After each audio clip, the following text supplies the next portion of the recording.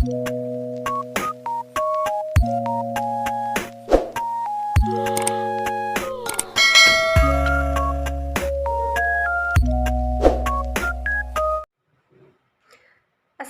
warahmatullahi wabarakatuh. Perkenalkan, nama saya Laila Priyani, mahasiswi dari Universitas Pelita Bangsa, dengan NIM 111911423, kelas manajemen 19A1, konsentrasi pemasaran. Tujuan saya membuat video ini untuk memenuhi salah satu ujian akhir semester, mata kuliah Ekonomi Internasional dengan dosen pengampu Ibu Dr. Fitri Rezeki MPD. Baik, di sini saya akan menjelaskan tentang teori perdagangan internasional klasik. Nah, sebelumnya saya akan menjelaskan tentang apa itu perdagangan internasional klasik.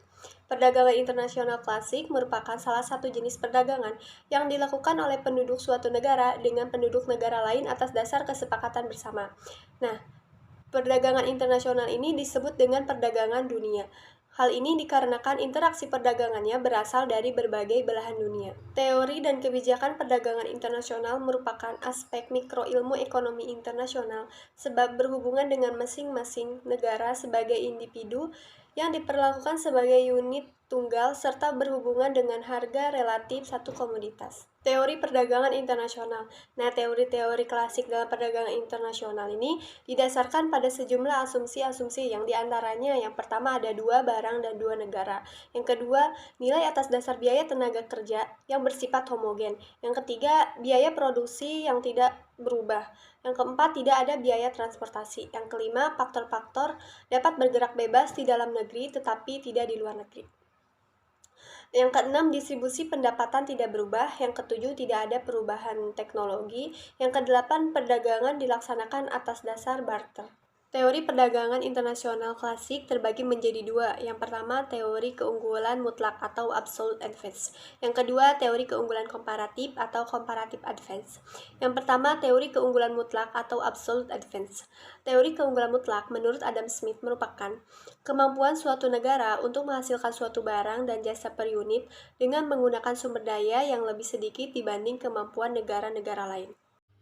Adam Smith membuktikan bahwa dengan perdagangan bebas, setiap negara dapat berspesialisasi dalam produksi komoditi yang mempunyai keunggulan absolut atau memproduksi lebih efisien dibanding negara-negara lain, dan mengimpor komoditi yang mengalami kerugian absolut atau memproduksi dengan cara yang kurang efisien. Spesialisasi internasional dari faktor-faktor produksi ini akan menghasilkan pertambahan produksi dunia yang akan dipakai bersama-sama melalui perdagangan antar negara. Dengan demikian, kebutuhan suatu negara tidak diperoleh dari pengorbanan negara-negara lain, semua negara dapat memperoleh secara serentak. Mas Mumbi 2006 menjelaskan kelemahan-kelemahan teori keunggulan absolut dari Adam Smith diantaranya. Yang pertama, teori keunggulan absolut tidak menjelaskan dengan mekanisme apa dunia memperoleh keuntungan dan output dan bagaimana dibagikan di antara para penduduk masing-masing negara. Yang kedua, dalam model teori keunggulan absolut tidak menjelaskan bagaimana kalau negara yang satu sudah mengadakan spesialisasi sedangkan yang lain masih memproduksikan kedua produk. Yang ketiga, bahwa lapor productivity berbeda-beda. Yang keempat, bahwa Adam Smith tidak terpikirkan adanya negara-negara yang sama sekali tidak memiliki keunggulan absolut. Sedangkan menurut Salvatore dan Krugman 1992 menjelaskan kelebihan dari teori absolute advantage, yaitu terjadinya perdagangan bebas antara dua negara yang saling memiliki keunggulan absolut masing-masing di mana terjadi interaksi ekspor dan impor untuk meningkatkan kemakmuran negara. Yang kedua, teori keunggulan komparatif atau comparative advantage.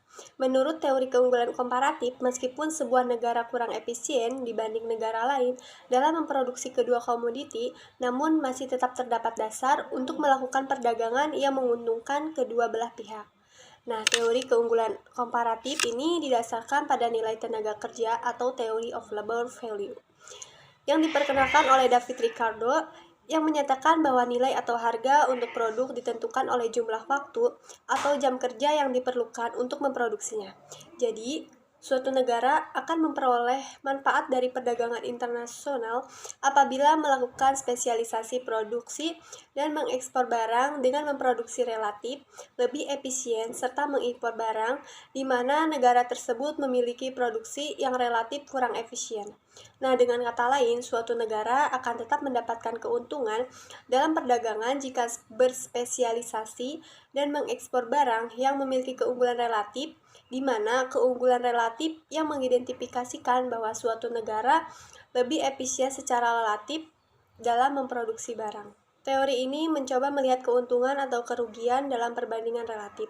Nah, teori ini berlandaskan pada asumsi yang pertama, labor theory of value, menyatakan bahwa nilai suatu negara barang ditentukan oleh jumlah tenaga kerja yang dipergunakan untuk menghasilkan barang tersebut, di mana nilai barang yang ditukarkan seimbang dengan jumlah tenaga kerja yang dipergunakan untuk memproduksinya. Yang kedua, perdagangan internasional sebagai pertukaran barang dengan barang lainnya. Yang ketiga, tidak diperhitungkan biaya dari pengangkutan dan lain-lain dalam hal pemasaran. Yang keempat, produksi dijalankan dengan biaya tetap. Hal ini berarti skala produksi tidak berpengaruh. Sekian penjelasan materi dari saya, kurang lebihnya saya mohon maaf. Wabillahi taufiq wal hidayah. Wassalamualaikum warahmatullahi wabarakatuh.